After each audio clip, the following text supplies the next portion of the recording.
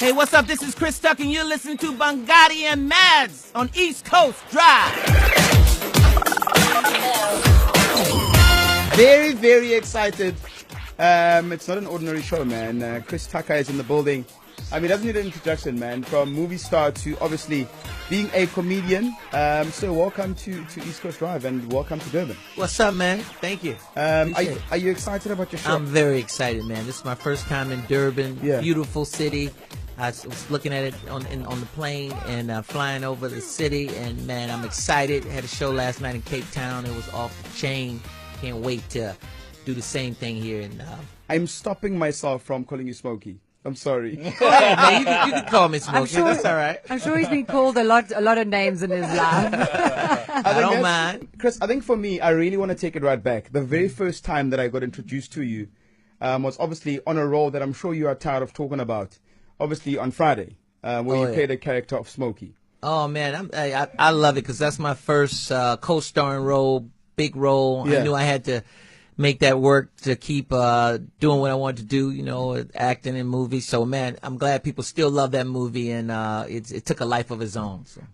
Obviously, because of the character and how good you played the character. Now, in South Africa, what normally happens is when someone plays a character so well, people start treating him as if he is that character. Yeah.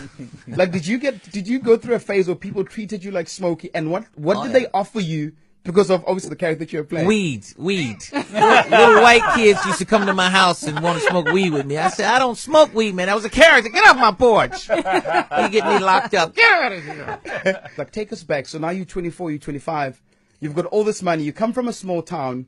Now you're in LA and you're a big time player. Like, what was that like? Like, what are some of the funny things that actually happened during that time? Oh, man, well, the first thing, when the money came in, first thing I did, I'm a mama's boy, so I bought my mama a car, a house, something like that. So I bought her something first. I said, if I go broke, at least I bought my mama something. So that's what we do down south, mama's boys. And then, yeah, it was just fun, man. I was just, loving what I was doing. I found a passion, something I love, and I started, doing comedy in high school, hosting talent shows. I was most humorous in high school.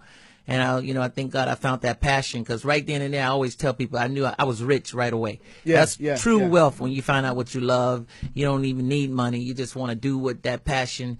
And that was keeping me going, man. And that's what, kept me. And then, I worked hard at it because I was loving what I was doing. And then, everything came after that. Like, all the moves that you've done, which one would you say to you is probably your most important? I would say Rush Hours, because Fridays, I was a young kid, and, that was... it was my first one, but then the second one to transition to go with the action and all the stuff, just take it to another level in a movie that can travel and make a lot of money. I think that might be the most important one. I'm very fond of your relationship that you've got with Jackie. Take us back. I mean, I often hear you talking about how communication sometimes was obviously a problem because his English is not that great. My English is not that great neither. So it worked, and that's how we felt on the set. We were so comfortable around each other because Jackie would mess up, I would mess up, and we was like both outsiders from Hollywood, So we was like, we would do anything, say anything to each other because we was comfortable. We knew we didn't have no ego with the whole thing, and Jackie trusted me on a lot of stuff, and that's rare. You always, one actor might have a big ego, and the chemistry might not work. But Jackie was coming from Hong Kong, and I'm coming from stand-up, so we was like, man, we don't care. Let's just make this work. Jackie didn't care. Like, you'll be funny, whatever. Help this movie work, So then, the success of the movie, was that a surprise then if you guys were just kind of winging it? Like the first one? Well, first I was kind of scared because he never spoke.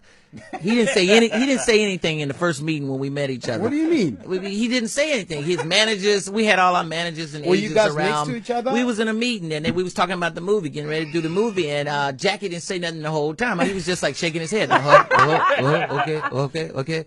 And I pulled the director aside after the meeting. I said, does he speak English, man? It's no way we can do this movie if he don't speak English, man. I got to have him communicating with me. He said, don't worry. He's just checking you out. That's what they do. He's Chinese. He's just checking you out. I needed him to say something or something, So that was the whole thing I came up with. Do you understand the words that are coming out of my mouth? Because I was like, the first time I met him, I was like, do he understand English? Does he speak English? So I just took that, and that was the movie right there. I think you were blessed enough, Chris, to really have an authentic relationship with someone who was very guarded, who was Michael Jackson. Yeah. And I found that your friendship with him was very genuine. Yeah. And it just worked. Like, how did you and Michael Jackson actually become friends? It was crazy, man, because I think he knew I was a big fan of his. Cause Yeah. in every movie, you could check out all the movies Fridays from Rush Hours. I have something in it about Michael Jackson because I guess I got influenced by growing up with Michael like everybody else. Yeah. But I met everybody, all his family members before I met him. I met Jermaine. I met Joe Jackson. Even called me one time at a comedy club. Because all of them were big fans. All of them. Yeah. I don't know. I wanted to meet Michael, and but they always just calling me. I was like, "Where's Michael? Yeah, you Call me with Michael on the other line." I don't want to hear from you. Yeah, him probably hearing about, and we got on the phone with each other one time. Yeah. And he told me he was performing, he was doing his album in New York, and I was doing Rush Hour 2 in Vegas. Yeah. And he said, when you're through, just come to New York and we can meet. And, you know, it's great. I'm a big fan. And I'm like, I'm a big fan, Michael. You don't understand. He's like, wait, whenever you're done, let's get together. But I spent a lot of money to see Michael. Really? Yeah, because I took a private plane to New York. I took a go private see plane to him. New York because Michael told me, you know, when you finish Rush Hour, come see us. So I knew he was there. I called him before I went because I was going there for something else. Yeah. And I kept leaving a message, Michael, I'm in New York. If you're around, I'd love to see you.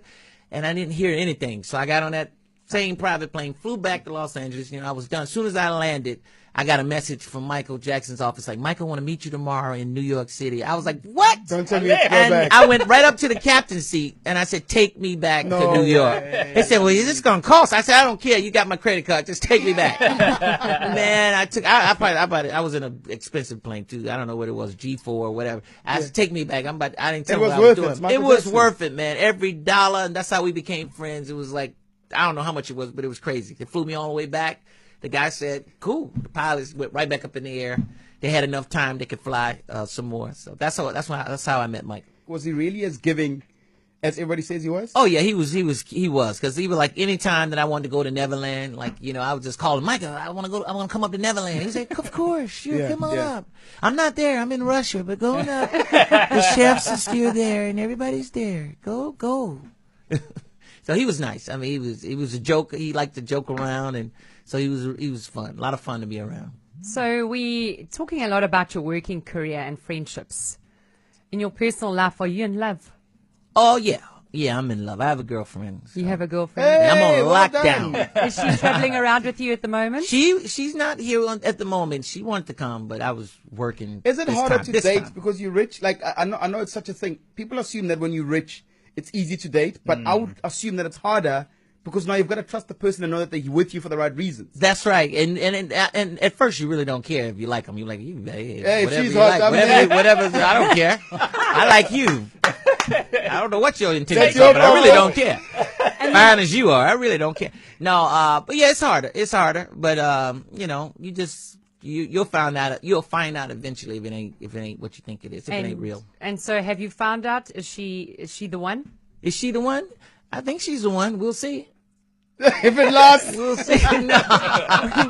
I've got 3 very quick questions I want to ask you, and you've got to answer them as quickly as you can. Okay. And as honestly as you can. All right. All right, you ready for it?